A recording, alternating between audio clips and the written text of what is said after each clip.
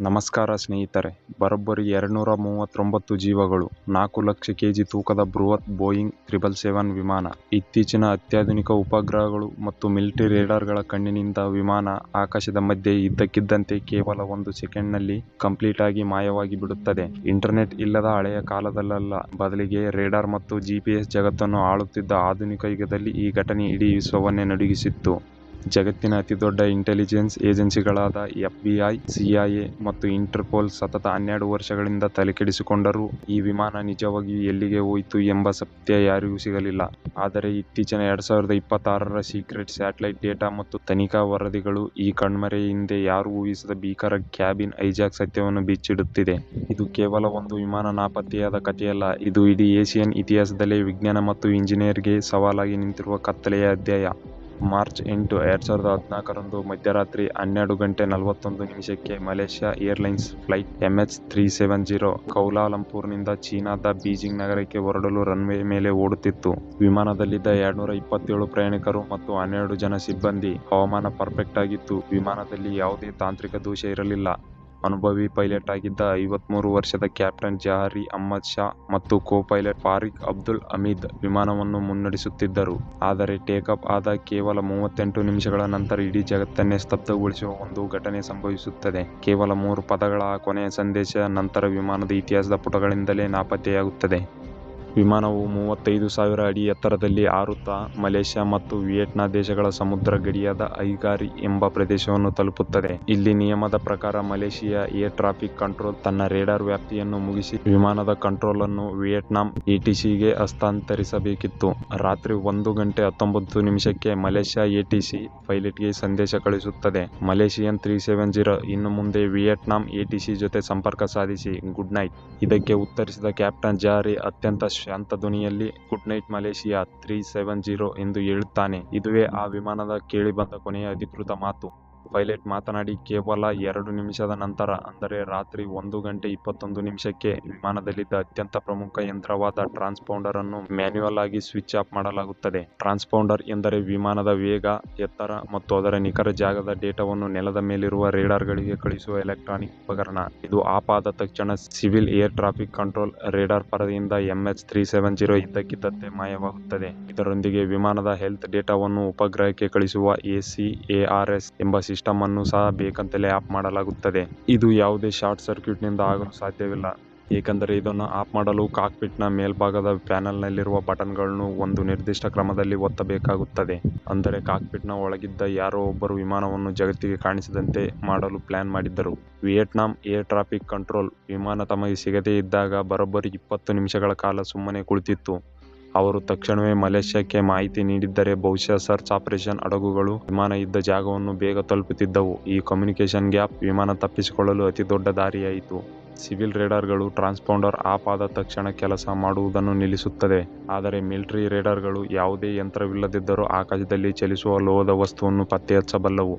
ಮಲೇಷ್ಯಾದ ರಕ್ಷಣಾ ಇಲಾಖೆಯ military radar ಡೇಟಾವನ್ನು ನಂತರ ಪರಿಶೀಲಿಸಿದಾಗ ಇಡೀ ವಿಶ್ವವೇ ಆಘಾತಕ್ಕೊಳಗಾಯಿತು. ಟ್ರಾನ್ಸ್ಪಾಂಡರ್ ಆಫ್ ಆದ ತಕ್ಷಣ MH370 ತನ್ನ ನಿಯಮಿತ ಮಾರ್ಗವನ್ನು ಬಿಟ್ಟು ಅತ್ಯಂತ ತೀಕ್ಷ್ಣವಾದ ಎಡಗಡೆಗೆ ಯು-ಟರ್ನ್ ಪಡೆದುಕೊಂಡಿತು.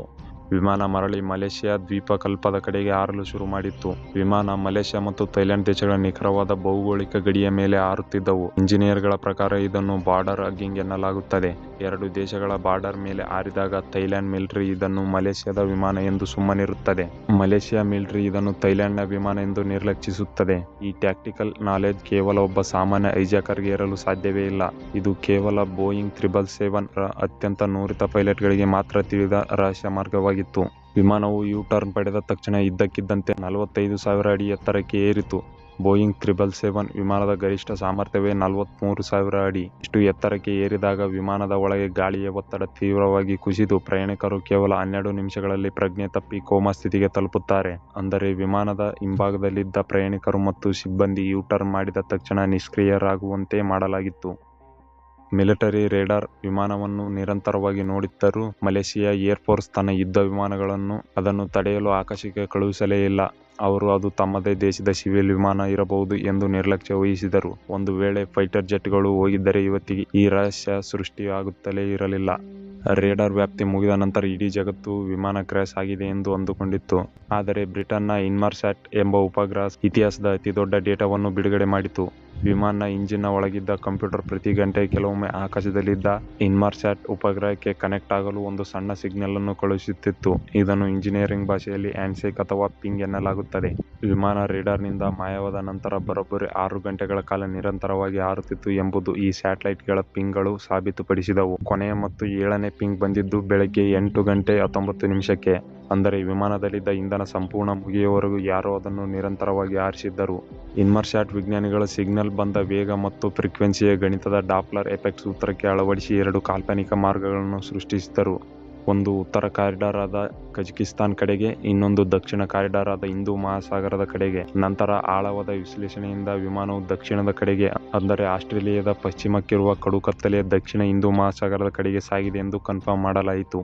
ವಿಮಾನವು ದಕ್ಷಿಣ ಹಿಂದೂ ಮಹಾಸಾಗರದ ಕಡೆಗೆ ಹಾರುವಾಗ ಅದರ ಕೆಳಗಿದ್ದ ದ್ವೀಪಗಳಾದ ಇಂಡೋನೇಷ್ಯಾ ಅಥವಾ ಆಸ್ಟ್ರೇಲಿಯಾದ ಯಾವುದೇ ರೇಡಾರ್ಗಳಿಗೂ ಸಿಗಲಿಲ್ಲ. ಯಾಕೆಂದರೆ ಪೈಲಟ್ ಅತ್ಯಂತ ಚಾಣಾಕ್ಷತನದಿಂದ ಯಾವುದೇ ದೇಶದ ರೇಡಾರ್ ವ್ಯಾಪ್ತಿ ಇಲ್ಲದೆ ರೇಡಾರ್ ಬ್ಲೈಂಡ್ ಸ್ಪಾಟ್ ಹಾದಿಯನ್ನೇ ಆಯ್ದುಕೊಂಡು ವಿಮಾನ ಚಲಾಯಿಸಿದ್ದನು. ಹೈಜಾಕ್ ಮಾಡಿದ್ದ ಆ ಸೀಕ್ರೆಟ್ ಹೈಜಾಕರ್ ಯಾರು ಎಂದು ಹುಡುಕಲು FBI ತನಿಖೆ ಆರಂಭಿಸಿತು. ವಿಮಾನದಲ್ಲಿದ್ದ ಎಲ್ಲ ಪ್ರಯಾಣಿಕರ ಹಿನ್ನೆಲೆಗಳನ್ನು ಪರಿಶೀಲಿಸಿದಾಗ ಯಾವುದೇ ಉಗ್ರಗಾಮಿ ಸಂಘಟನೆಗಳು ಲಿಂಕ್ ಸಿಗಲಿಲ್ಲ. ಕೊನೆಯ ಸಂಖ್ಯೆಯ ಸೂಜಿ ತಿರುಗಿದ್ದು ಸ್ವತಃ ಕ್ಯಾಪ್ಟನ್ ಜಹಾರಿ ಅಹ್ಮದ್ ಶಾ ಕಡೆಗೆ. ಅವರ ಮನೆಯ ಮೇಲೆ ದಾಳಿ ಮಾಡಿದ FBI ಅಧಿಕಾರಿಗಳಿಗೆ ಅಲ್ಲಿ ಒಂದು home made flight simulator ಪತ್ತೆಯಾಯಿತು.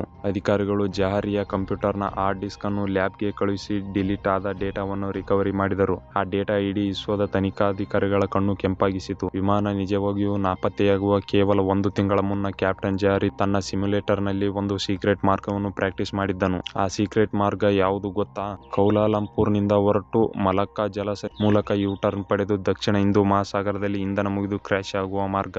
MH370 ನಿಜವಾಗಿಯೂ ಹಾರಿದ ಹಾದಿ ಮತ್ತು ಜಹಾರಿ ತನ್ನ ಮನೆಯಲ್ಲಿ ಪ್ರಾಕ್ಟೀಸ್ ಮಾಡಿದ ಹಾದಿ 99% ಪರ್ಫೆಕ್ಟ್ ಆಗಿ ಮ್ಯಾಚ್ ಆಗಿತ್ತು. ಕ್ಯಾಪ್ಟನ್ ಜಹಾರಿ ಆ ಸಮಯದಲ್ಲಿ ತೀವ್ರ ಮಾನಸಿಕ ಖಿನ್ನತೆಯಿಂದ ಬಳಲುತ್ತಿದ್ದನು ಮತ್ತು ಅವನ ವೈವಾಹಿಕ ಜೀವನ ಸಂಪೂರ್ಣ ಹದಗೆಟ್ಟಿತ್ತು ಎನ್ನಲಾಗುತ್ತದೆ. ತಾನು ಸಾಯುವ ಜೊತೆಗೆ ಇಡೀ ವಿಮಾನದ ಪ್ರಯಾಣಿಕರನ್ನು ಜಗತ್ತಿಗೆ ಸಿಗದ ಕರಾಳ ಜಾಗದಲ್ಲಿ ಹೂತು ಹಾಕಬೇಕು ಎಂಬ ಕ್ರೂರ ಮಾಸ್ಟರ್ ಪ್ಲಾನ್ ಅವನದಾಗಿತ್ತು ಎಂಬುದು ಈ ಡಾಕ್ಯುಮೆಂಟರಿಯ ಅತ್ಯಂತ ಬಲವಾದ ಸಿದ್ಧಾಂತ. ವಿಮಾನ ನಾಪತ್ತೆಯಾದ ನಂತರದ ವರ್ಷಗಳಲ್ಲಿ ಆಫ್ರಿಕಾದ ಪೂರ್ವ ಕರಾವಳಿಯ ರಿಯೂನಿಯನ್ ದ್ವೀಪಗಳಲ್ಲಿ ವಿಮಾನದ ಕೆಲವು ಬಿಡಿ ಭಾಗಗಳು ತೇಲಿ ಬಂದವು. ಫ್ರೆಂಚ್ ವಿಜ್ಞಾನಿಗಳು ಈ ಫ್ಲಾಪೆರಾನ್ ಅನ್ನು ಲ್ಯಾಬ್ನಲ್ಲಿ ಆಳವಾಗಿ ವಿಶ್ಲೇಷಿಸಿದಾಗ ತಿಳಿಯಿತು ಏನೆಂದರೆ, ವಿಮಾನವು ಆಕಾಶದಿಂದ ನೇರವಾಗಿ ವೇಗವಾಗಿ ಬಂದು ಅಪ್ಪಳಿಸಿಲ್ಲ. ಬದಲಿಗೆ ಇಂಧನ ಮುಗಿದು ನಂತರ ಪೈಲಟ್ ವಿಮಾನವನ್ನು ಅತ್ಯಂತ ನಿಯಂತ್ರಿತವಾಗಿ ಸಮುದ್ರಗಳ ಅಲೆಯ ಮೇಲೆ ಗ್ಲೈಡ್ ಮಾಡಿದ್ದಾನೆ. ಇದರಿಂದ ವಿಮಾನ ದೊಡ್ಡ ತುಂಡುಗಳಾಗದೆ ನೇರವಾಗಿ ಸಮುದ್ರದ ಆಳದ ಕಣಿವೆಯಾದ ಡೈಮಂಟಿನ ಟ್ರೆಂಚ್ ನೊಳಗೆ ಹೂತು ಹೋಗಿದೆ. ಈ ಕಣಿವೆಯ ಆಳ ಬರೋಬ್ಬರಿ 5 ರಿಂದ 6 ಕಿಲೋಮೀಟರ್ಗಳಷ್ಟಿವೆ. ಇಲ್ಲಿ ಸಂಪೂರ್ಣ ಕತ್ತಲೆ ಇರುವುದರಿಂದ ಇಂದಿನ ಅತ್ಯಾಧುನಿಕ ಸೋನಾರ್ ಯಂತ್ರಗಳಿಗೂ ವಿಮಾನದ ಬಾಡಿ ಪತ್ತೆ ಹಚ್ಚಲು ಸಾಧ್ಯವಾಗಿಲ್ಲ. MH370 ಕಣ್ಮರೆಯು ಕೇವಲ ಒಂದು ಅಪಘಾತವಲ್ಲ, ಅದು ಇಂದಿಗೂ ಬಗೆಹರದ ಮಾನವ ನಿರ್ಮಿತ ಅತಿದೊಡ್ಡ ರಹಸ್ಯದ ಒಗಟು. MH370 ವಿಮಾನದ ಈ ಕರಾಳ ಕಣ್ಮರೆ ಇತಿಹಾಸದಲ್ಲಿ ನಿಮಗೆ ಅತ್ಯಂತ ನಂಬಲರ್ಹ ಅನಿಸಿದ ಸಿದ್ಧಾಂತ ಯಾವುದು ಎಂಬುದನ್ನು ಕೆಳಗೆ ಕಮೆಂಟ್ ಮಾಡಿ ತಿಳಿಸಿ. ನಿಮಗೆ ಈ ಸಸ್ಪೆನ್ಸ್ ಮತ್ತು ಇನ್ಫಾರ್ಮೇಟಿವ್ ಸಿನಿಮ್ಯಾಟಿಕ್ ಡಾಕ್ಯುಮೆಂಟರಿ ಇಷ್ಟ ಆಗಿದ್ದರೆ ದಯವಿಟ್ಟು ಈ ವಿಡಿಯೋವನ್ನು ಲೈಕ್ ಮಾಡಿ ಮತ್ತು ನಿಮ್ಮ ಸ್ನೇಹಿತರ ಜೊತೆಗೆ ಶೇರ್ ಮಾಡಿ. ಇಂತಹದ್ದೇ ಜಗತ್ತಿನ ಬಿಡಿಸಲಾಗದ ರಹಸ್ಯಗಳು, ಸೈನ್ಸ್, ಇತಿಹಾಸ ಮತ್ತು ಕ್ರೈಮ್ ಕೇಸ್ ಸ್ಟಡಿಗಳಿಗಾಗಿ ನಮ್ಮ ಚಾನೆಲ್ ಅನ್ನು ಈಗಲೇ ತಪ್ಪದೇ ಸಬ್ಸ್ಕ್ರೈಬ್ ಮಾಡಿ ಮತ್ತು ಬೆಲ್ ಐಕಾನ್ ಮೇಲೆ ಕ್ಲಿಕ್ ಮಾಡಿ.